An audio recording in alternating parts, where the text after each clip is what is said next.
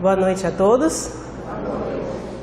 Queridos amigos, amigas, irmãos em Cristo, que o Senhor nos abençoe e nos envolva na sua proteção. Que assim seja. Amém? Amém, Senhor. Gostaria de agradecer à casa pelo convite. Eu sempre admirei essa instituição e cá estou hoje para falar de um momento muito importante para todos nós, encarnados e desencarnados. Um período especial de transição. Quando falamos em transição, estamos transitando entre um aspecto e outro. Aí falamos em transição planetária. Essa transição seria a respeito que o nosso planeta estivesse galgando um patamar maior evolutivo em termos de categoria de mundos. Um planeta de provas e expiações, que hoje todos nós aqui nos encontramos, para um planeta de regeneração. Essa transição já tinha sido anunciada até por Jesus. Quando nós examinamos em Mateus o discurso escatológico de Jesus, que ele fala a respeito que nação se voltará contra nação, que filhos brigarão com seus pais, a desarmonia virá em algum momento semear-se entre nós, e os discípulos dele, os seguidores, ficam assustados e falam: mestre, e quando isso se dará? Aí eu acho interessante a resposta do grande Galileu. Ele fala: só Deus o sabe. E nós, o tempo inteiro, ficamos à mercê de várias pessoas que fazem conjecturas, nos causam expectativas de grandes tragédias. Ora, nós somos seres imortais. Estamos aqui encarnados nesse planeta para evoluirmos. E toda evolução, ela prescinde de constante atenção para as nossas mudanças. Porque se nós ficarmos presos ao medo que a mudança traz, nós não evoluímos. Nós estacionamos. E, baseando este momento no livro Transição Planetária, autoria espiritual de Manuel Filomeno de Miranda, pela psicografia de Divaldo Franco, esse capítulo em especial, Lições de Alta Magnitude, é um momento singelo do livro que nos chama a atenção para uma equipe espiritual que está atuando num momento muito difícil aqui na Terra. Eu não sei se vocês recordam daquele tsunami que nós tivemos na Indonésia em 2004. Só para vocês terem ideia, foram 230 mil mortos em média. Estima-se de 230 mil a 250 mil pessoas desencarnadas naquela tragédia. Vocês sabem quantas pessoas cabem na nossa querida Fonte Nova, que não é Fonte Nova mais, né? Tem outro nome, mas eu, como não sou muito fã de futebol, sabem quantas pessoas cabem lá, naquele estádio? 50 mil. Então, imaginemos 5 estádios lotados por Bavi, né? Lotados, e aconteceu uma tragédia. Só para nós termos uma pequena ideia da dimensão que foi. E quando nós estamos passando por essa transição, não é somente aqui na Terra para nós encarnados. O mundo espiritual constantemente está interagindo conosco. As dimensões, elas estão perpassadas uma na outra. Lógico que o mundo espiritual também passa por transição. estamos evoluindo aqui e evoluímos também no mundo espiritual. E as equipes, diante de todos esses cataclismas que estavam acontecendo em termos de abalos geográficos aqui na Terra, chama a atenção também para os cataclismas sociais, os nossos tsunamis interiores, os nossos terremotos internos. Quando as equipes chegam naquela área devastada da Indonésia, em que os nossos irmãos, muitos são trazidos através das ondas do mar, que já recuaram, e andando por aqueles corpos, mas se deparando com aflições que estão dos espíritos que estavam desencarnando, eles trazem essas lições. A primeira delas, adequação do discurso, linguagem, capacidade de compreensão. Quem está à frente dessa equipe é um padre, o Padre Marcos.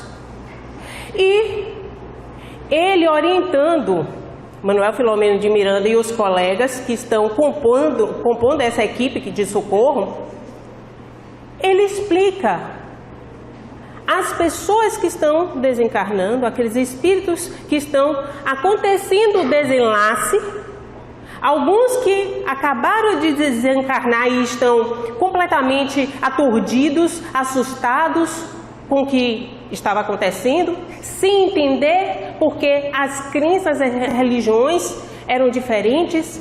Então imagine, aquele que não acredita na imortalidade, olhar para seu corpo, olhar para aquela tragédia e não entender o que está acontecendo.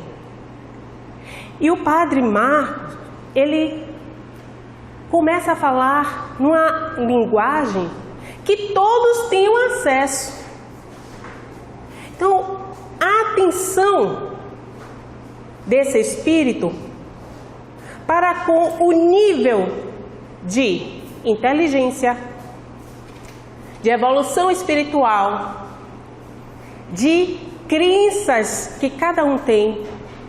Então, o respeito, a consideração para aquele momento. Me lembrou, inclusive, alguns momentos que nós estamos em reunião mediúnica e vamos prestar socorro. E nos aparece um irmão desencarnado, óbvio, mas que não sabe que está desencarnado. E nós temos todo um cuidado, porque nós não podemos virar para ele e simplesmente dizer: "Oh, estou falando com você porque você já morreu". Não. Temos que entender a situação dele,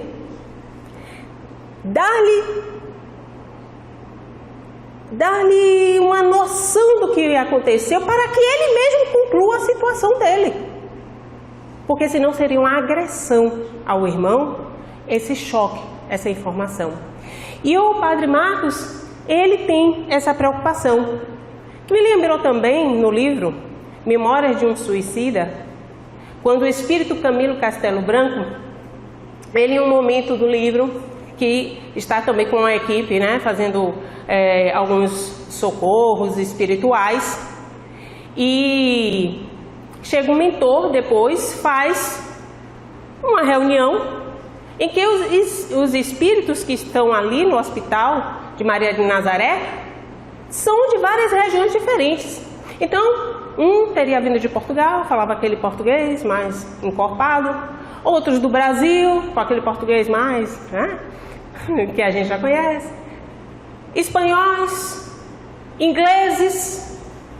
E Camilo Castelo Branco nos chama a atenção para o seguinte: o mentor, ele fala e cada um escuta no idioma de sua pátria, no idioma que está acostumado. E ele faz uma observação ao final: isso somente um espírito de alta envergadura é capaz de realizar. Então, os espíritos têm essa compreensão. O diálogo sempre em sintonia com a necessidade daquele que acabou de desencarnar ou ainda está desencarnando. Nós vamos ver um pouquinho mais à frente que a desencarnação não se dá assim de uma hora para outra. E ele fala, esclarece a respeito do ciclo da vida. Que ciclo da vida é esse? Simples. Estamos aqui, pelo menos os que eu não sou médio vidente, os que eu estou enxergando estão encarnados, espero, né? Eu ainda não descobri que sou médium. Então, se nós estamos encarnados, vamos desencarnar um dia. Quando Allan Kardec fala a respeito da fatalidade, na lei de liberdade lá de O Livro dos Espíritos, nas questões 851 a 867, ele nos deixa bem claro que nós fazemos o nosso destino. Fatalidade é aquilo que nós não temos como impedir. Então eu posso dizer que a morte é uma fatalidade. Ou alguém pode impedir que um dia vá morrer, que um dia vai desencarnar? Pode variar a forma, adiar um pouco, mas em algum momento todos nós vamos desencarnar. Assim como também a reencarnação é uma fatalidade para nós espíritos que ainda apresentamos imperfeições. Então, da mesma forma que nós vamos desencarnar, voltaremos aqui outras vezes, até nos depurarmos. Então, o Padre Marcos, falando a respeito do ciclo da vida, ele diz algo que eu acho bem interessante, que é o oposto de vida é renascimento. Como assim? Para mim sempre foi morte, vida. Não. Se você morre, o oposto de morte é o quê? Morrer? Então é nascer. De morte é nascimento. E o oposto de vida? Não existe. Não existe o oposto de vida. Porque nós, uma vez criados por Deus, simples e ignorantes, nos tornamos imortais. Então não tem oposição para a vida. Nós estamos vivendo aqui agora, desencarnamos, continuamos a viver no mundo espiritual. Mas estamos vivendo. Então é bom chamar a atenção disso. Os motivos também que ele fala a respeito da morte do Cristo. Essa fatalidade não é somente para nós, a fatalidade na morte. Ou seja, a gente fala fatalidade, parece que é algo ruim, né? Então, a morte é um fenômeno para qualquer um de nós. E o próprio Mestre Jesus, quando esteve encarnado entre nós, se utilizou do fenômeno morte para nos ensinar. Afinal de contas, foi através da ressurreição de Jesus que deixou muito claro a nossa imortalidade. Quando falamos em ressurreição, há alguns aspectos a serem abordados. Ressurreição, os judeus acreditavam na vida após a morte, exceto os saduceus. E eles utilizavam a palavra ressurreição como nós entendemos hoje a reencarnação. Entendiam que as almas voltavam, mas não sabiam como. O mecanismo, sabiam que voltavam. E chamavam isso de ressurreição. Essa imortalidade nossa, então, Jesus, quando está entre nós, deixa muito claro que há um mecanismo de reencarnações, de mortes sucessivas, de vindas sucessivas, nascimentos, para que nós estejamos prontos para o reino de Deus. Um reino de Deus que existe em germe em cada um de nós, como criaturas criadas por Ele. Aí o Padre Marcos prossegue, falando também da comunicabilidade entre os dois mundos, de estarmos hoje cientes de que podemos falar com os nossos queridos irmãos que já desencarnaram. E nesse momento que ele está lá, atendendo aquelas pessoas da tragédia, do tsunami, fazendo esses esclarecimentos, podemos notar que, na verdade, ele está tratando dos princípios básicos da doutrina espírita, que nós temos pelo menos como os 5 principais: a existência de Deus, a reencarnação, a imortalidade, a comunicabilidade entre os espíritos, os encarnados e os desencarnados, o mundo material com o mundo espiritual, e a pluralidade de mundos a serem habitados. Por isso hoje estamos aqui nessa assembleia, reunidos, alguns espíritos que estão se desenvolvendo aqui na Terra há bastante tempo, mas temos alguns visitantes também, porque nem todos os espíritos conseguem se desenvolver, evoluir somente em um mundo. Então provavelmente nós temos alguns que já vieram de outros mundos e estão aqui conosco. Inclusive faz parte da transição que muitos espíritos um pouco mais adiantados já estejam reencarnando entre nós, para nos preparar, para sabermos agir de uma forma com o outro, com o nosso próximo, com a moral mais elevada. A confirmação então do Evangelho e de sua mensagem de esperança. O Padre Marcos deixa claro que a mensagem de Jesus, quais são os pontos da mensagem do Evangelho? Além de amor. Porque Jesus nos traz o amar ao próximo como a si mesmo, mas isso não é nenhuma novidade. Amar o próximo como a si mesmo nós temos lá em Levítico. Lá em Levítico, no capítulo 18, versículo 19. Nós temos amar a Deus acima de todas as coisas, com todo o seu espírito, com todo o seu entendimento, em Deuteronômio, no capítulo 6. Então, no Velho Testamento, lá tínhamos o amar ao próximo, a Deus e a si. Jesus inova com amai os vossos inimigos. Essa é a supremacia do amor. Porque o próximo pode ser o seu inimigo e você deve amar o seu inimigo. Também perdão. Perdão que faz parte do amor. O perdão, o não julgueis, afugentando todos os tipos de preconceito que nós alimentamos dentro de nós e tantas outras lições.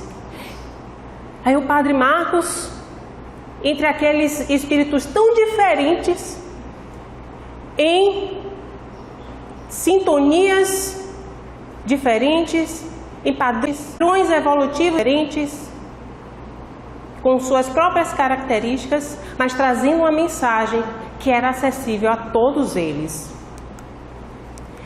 E isso quer dizer o quê? Que nós desenvolvemos uma conscientização sobre a importância de se desvincular, ou seja, de nós nos desvincularmos do corpo material na desencarnação, do corpo físico já inutilizado ante o acontecido. Por quê? Na desencarnação ocorre muitas vezes o nosso apego à matéria. Quando a gente fala de apego à matéria, não é somente apego aos nossos bens materiais, porque o corpo é um bem divino material que nos é emprestado por Deus. E nós nos apegamos também. Não é questão de vaidade, É uma questão de temos o corpo como um veículo de evolução aqui na Terra. Quando nós nos vemos sem ele, nós não queremos desapegar, sair de perto. O que é que pode ser feito com o meu corpo?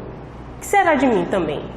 Então a falta de elucidação a respeito desses aspectos faz com que nós nos apeguemos à matéria.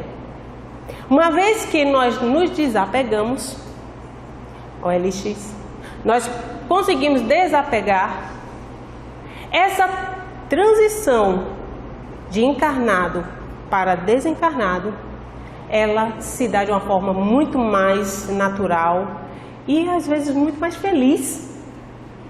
Porque o nível de consciência faz com que você atraia aqueles que te amam e você consiga ter acesso a eles. Porque o que ocorre é que na nossa ignorância, nós apegados à matéria, não querendo desencarnar, e os nossos queridos parentes que nos amam estão perto de nós, mas a gente não consegue ter acesso. Porque a mente está ainda vinculada à matéria. Mas quando a gente desapega, tudo fica mais fácil, tudo flui. Ainda quando ele trata sobre as mortes violentas, ele nos chama atenção também, durante a desencarnação, para os fenômenos de licantropia. Licantropia é um tipo de metamorfose do nosso perispírito, ou seja, do nosso corpo espiritual. E ela se dá através da hipnose, da obsessão de determinados espíritos que se aproveitam daquele momento frágil de quem está desencarnando, daquele espírito que está na ignorância, daquele espírito que tem crenças que não trazem esclarecimentos e sim trazem muitas ilusões. E nesse momento, aqueles que nós temos alguns débitos do passado, que esperam a oportunidade de nos subjugar, eles conseguem muitas vezes nos dominar ao ponto de nós deformarmos as nossas aparências espirituais, nos apresentando. Licantropia seria no caso de um lobo, mas nós falamos hoje em dia em zootropia, porque nós abrimos para outros tipos de animais. Também chama atenção sobre o desinteresse pela ascensão que os possa arrancar da situação deplorável em que se encontram. Como assim? Esse é o momento que, quando nós desencarnamos, nós podemos trabalhar a nossa evolução espiritual. É uma questão de estarmos esclarecidos. Então, além de trabalharmos a nossa ascensão, temos que combater os atavismos religiosos que nos fomentam revolta e blasfêmias. Era esse o cenário que acontecia com os espíritos. Espíritos que não tinham a crença da imortalidade, dentro da revolta, porque as crenças eram outras. Uns achavam que quando desencarnassem iam para o paraíso, ficar em cima de uma nuvem. Outros achavam que já estavam preparando-se para ir para o inferno e de lá não sairiam. E se vê nessa situação. Estou aqui ainda na Terra. Eu estou ainda nessa realidade. Como que isso aconteceu? E isso demonstra o nosso primarismo espiritual. A nossa forma arcaica de enxergar a nossa vida espiritual. Ainda esclarece que a observação demonstra que, no instante da morte, o desprendimento do perispírito não se completa subitamente, que, ao contrário, se opera gradualmente e com uma lentidão muito variável conforme os indivíduos. Em uns é bastante rápido, podendo dizer-se que o momento da morte é mais ou menos o da libertação. E outros, naqueles sobretudo cuja vida foi toda material e sensual, o desprendimento é bem mais lento. durando algumas vezes dias, semanas e até meses. Aí eu pesquei uns comentários da questão 155 de O Livro dos Espíritos.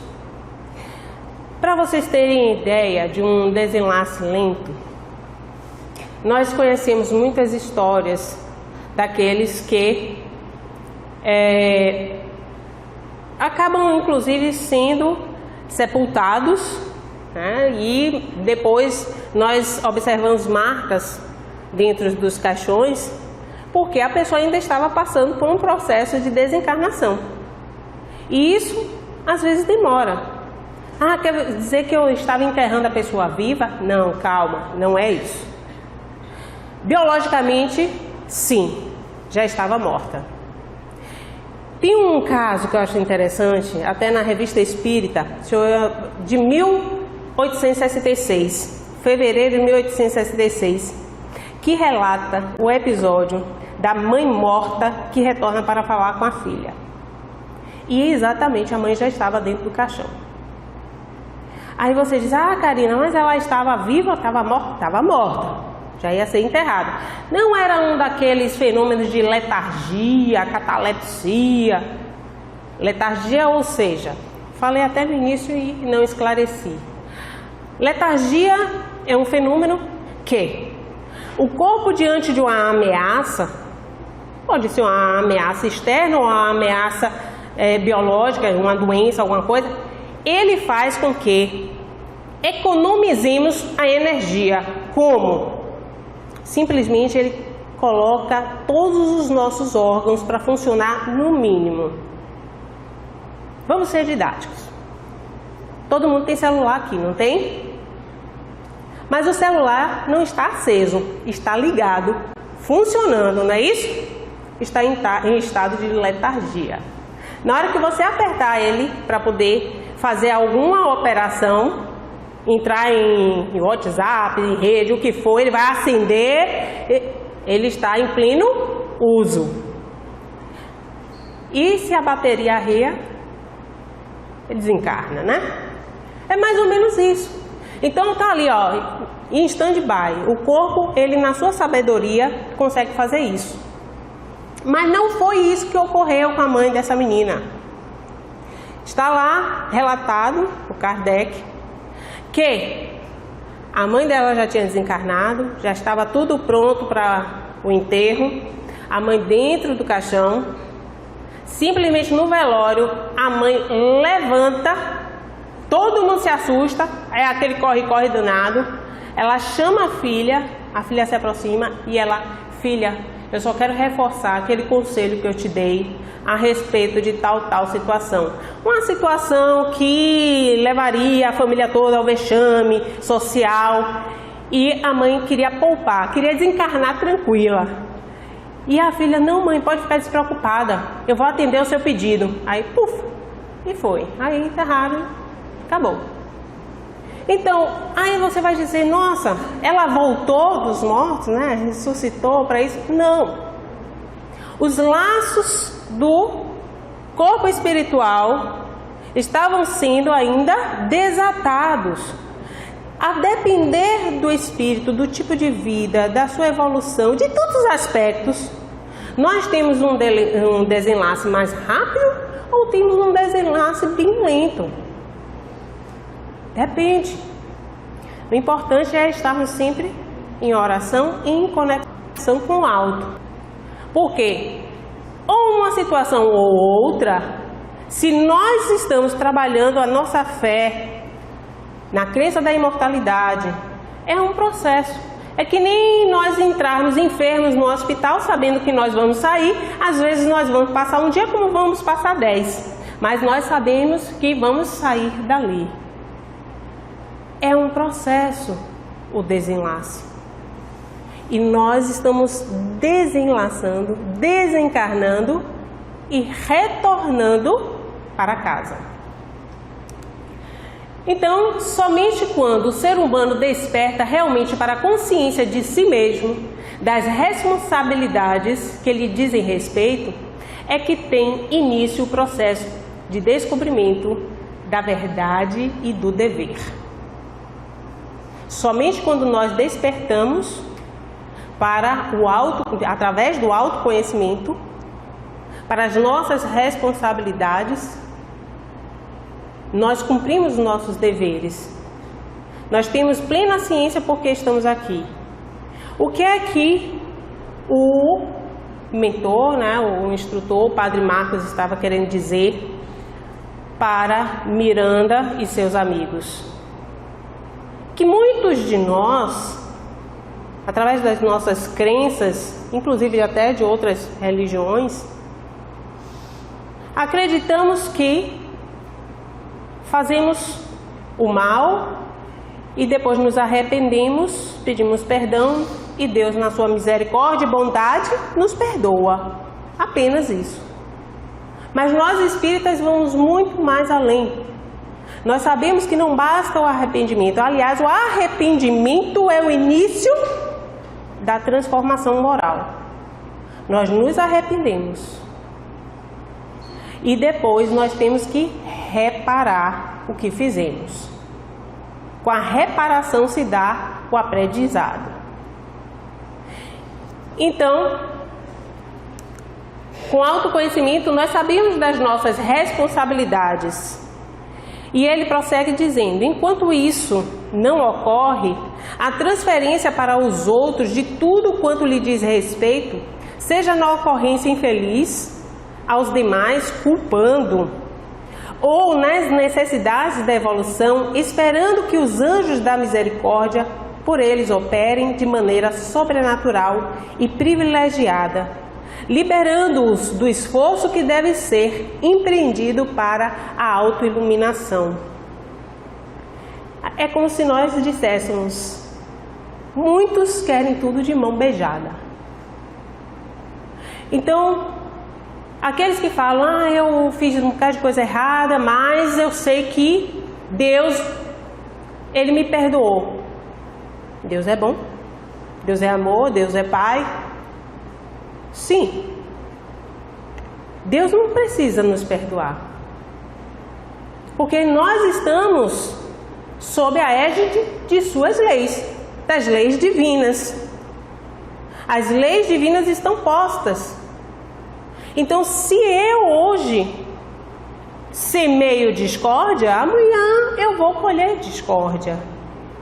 É esse tipo de noção que o Padre Marcos está chamando a atenção. Que nós precisamos ter essa consciência.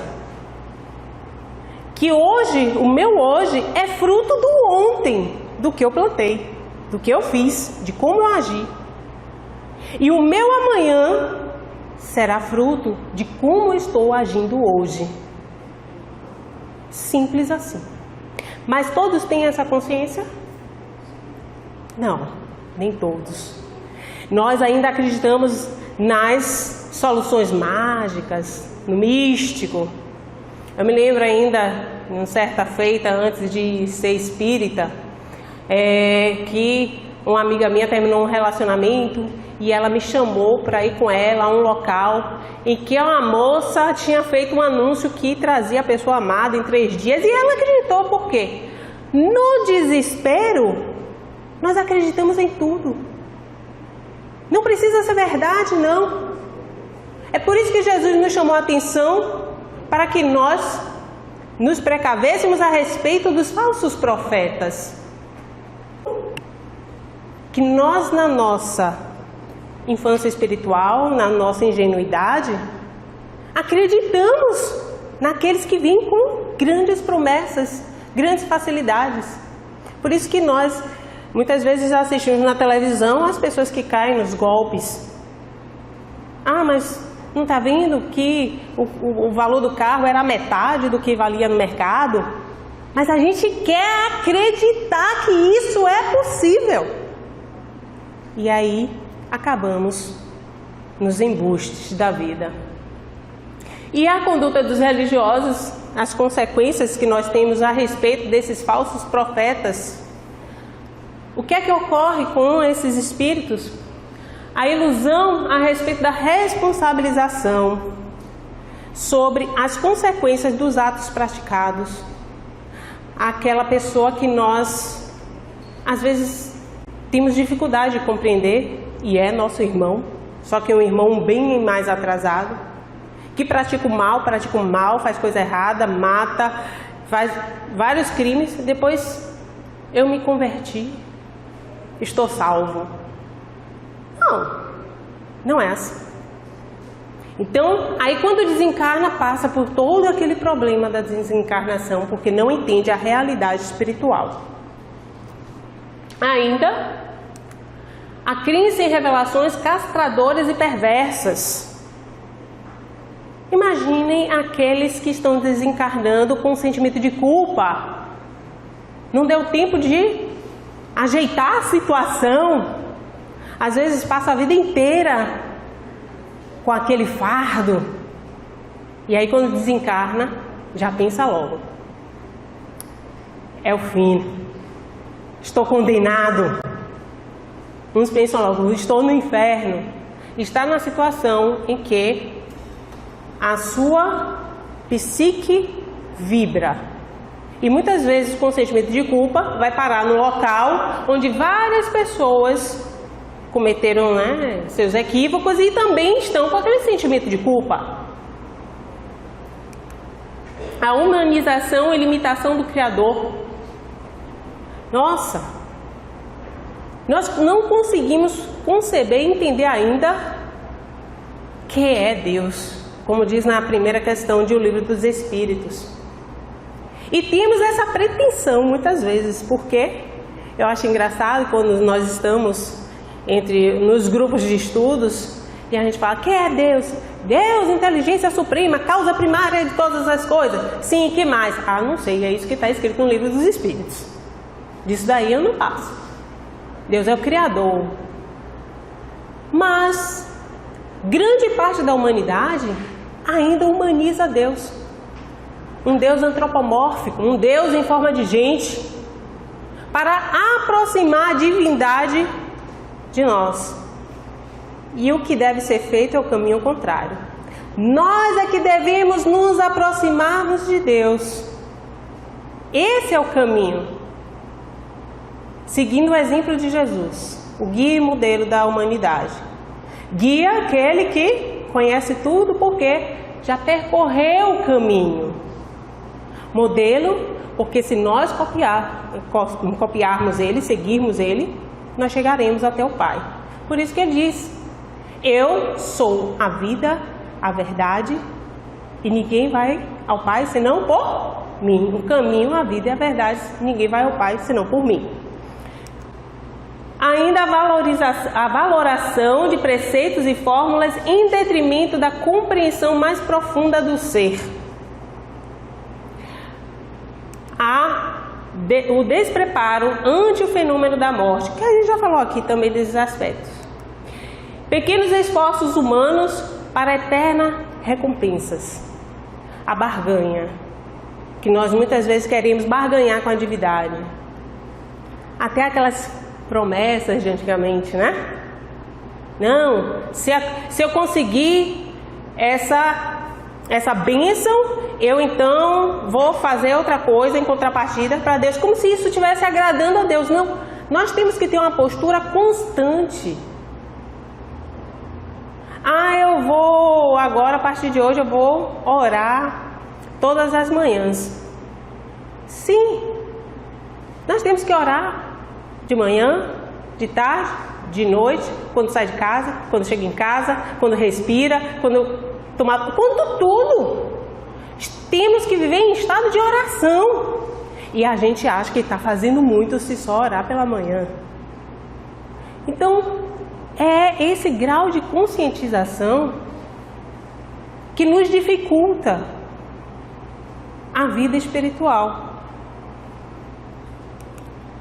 A ignorância em que estagiam os espíritos muito dificulta o esclarecimento nos primeiros tentames após o decesso tumular. Então, a ignorância espiritual. A ignorância espiritual. E qual seria então essa solução A solução é o sistema da reencarnação. Nós aprendemos com as nossas experiências constantemente. E nós aceleramos esse aprendizado conforme a vontade do Espírito. Então é o comprometimento de cada um de nós. A reencarnação em expiações severas e provações rudes, entendimento das leis de justiça e dos deveres que devem constituir a pauta de todas as existências. O túmulo não significa aniquilamento, portanto, sabemos que a vida prossegue. Nós sabemos, claro. Mas vivemos de maneira compatível com essa convicção? Nós somos imortais, mas eu pergunto, quem aqui quer morrer? Ninguém. Ninguém. Quem tem medo da morte? Praticamente todo mundo, mas ninguém vai levantar a mão, né? Claro. Mas todos nós, se recebermos a notícia que estamos para desencarnar, vem logo um ataque cardíaco. Ah, meu Deus, estou indo. Outro dia eu saí de casa, dirigindo meu carro, levei uma fechada e virei, poxa, a pessoa nem está me vendo. Quando eu cheguei mais adiante, passou assim 5 minutos, pá, outra fechada. Eu falei, meu Deus, será que desencarnei? E não sei. Porque é assim, né? A gente desencarna e está na nossa realidade aqui na Terra. Aí tive um ataque cardíaco e parei, respirei fundo. Calma, você é imortal. Tenha fé. Tudo vai se esclarecer. Mas eu estava já me preparando para ou uma dimensão ou outra. Aí quando eu cheguei no trabalho, que as pessoas vieram falar comigo e tudo, aí que eu vi que a situação estava normalizada. Mas até chegar lá, eu ainda fui pensando que estava desencarnada. Porque é essa a realidade. A tristeza, a decepção do suicida é exatamente isso. O suicida não quer dar fim à vida, quer dar fim aos seus problemas. E aí se vê numa situação muito mais complicada depois. Então, nós não vivemos dessa forma. Porque quando jovens, a nossa expectativa é que nós vamos desencarnar somente mais tarde, na velhice. E quando atingimos a velhice, nós ficamos com todos os nossos medos à flor da pele. Aquelas expectativas. Então, momentos de reflexão diária em torno da transitoriedade da vida física fazem com que nos acalmemos a respeito do nosso ser espiritual que somos.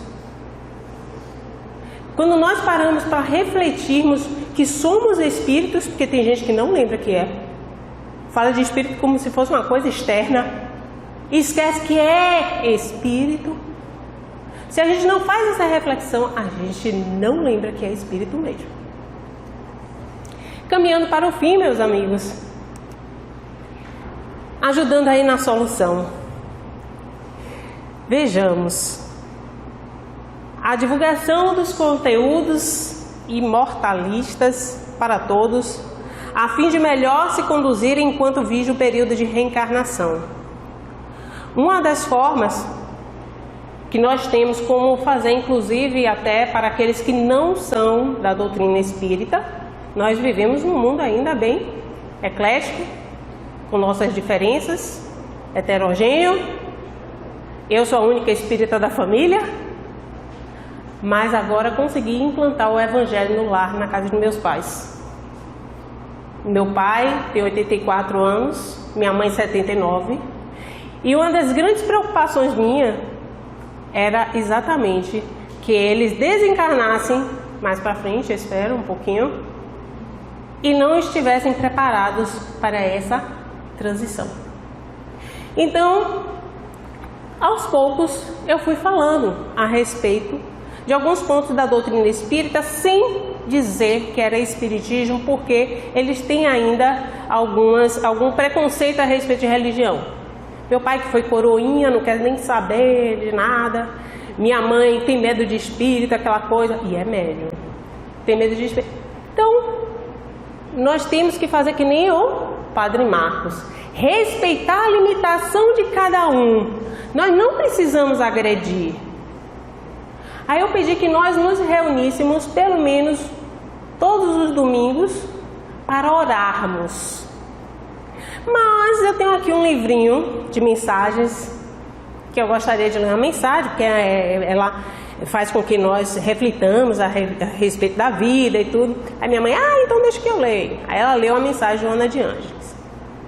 Aí eu, então vou pegar aqui esse evangelho, porque esse evangelho da doutrina espírita que eu tenho, o Evangelho segundo o Espiritismo, é bom porque quem elaborou, ele conseguiu explicar determinadas passagens importantes do Evangelho de Jesus. Aí meu pai, minha filha, vamos ver o que é que ele explica. E aí vai. Já tem alguns meses. E eles estão cada vez mais curiosos. Eu emprestei semana passada um livro para minha mãe, e a minha mãe ficou assim, minha filha, estou cheia de dúvidas. Eu, ótimo. Esse é o momento de esclarecer. Então, em doses homeopáticas, didática, tranquila, esclarecedora, vamos utilizando esse momento familiar para plantar, para semear. E o conhecimento da verdade é libertador, porquanto se esculpe no pensamento e nas ações, orientando o ser no seu desenvolvimento iluminativo. Meus amigos, fechando, eu gostaria de deixar aqui que o Espiritismo nos oferece a chave do enigma. O Espiritismo matou a morte. Quanto mais nós aprofundamos os nossos conhecimentos na doutrina espírita, a qualidade da nossa vida espiritual aumenta. E, por fim, tudo se transforma ao nosso redor, porque um novo mundo está nascendo. Mas não é um novo mundo aí fora, não. É um novo mundo dentro de nós. E só esse novo mundo de cada um de nós, que quando transformado, conseguirá transformar o mundo que habitamos. Muita paz a todos.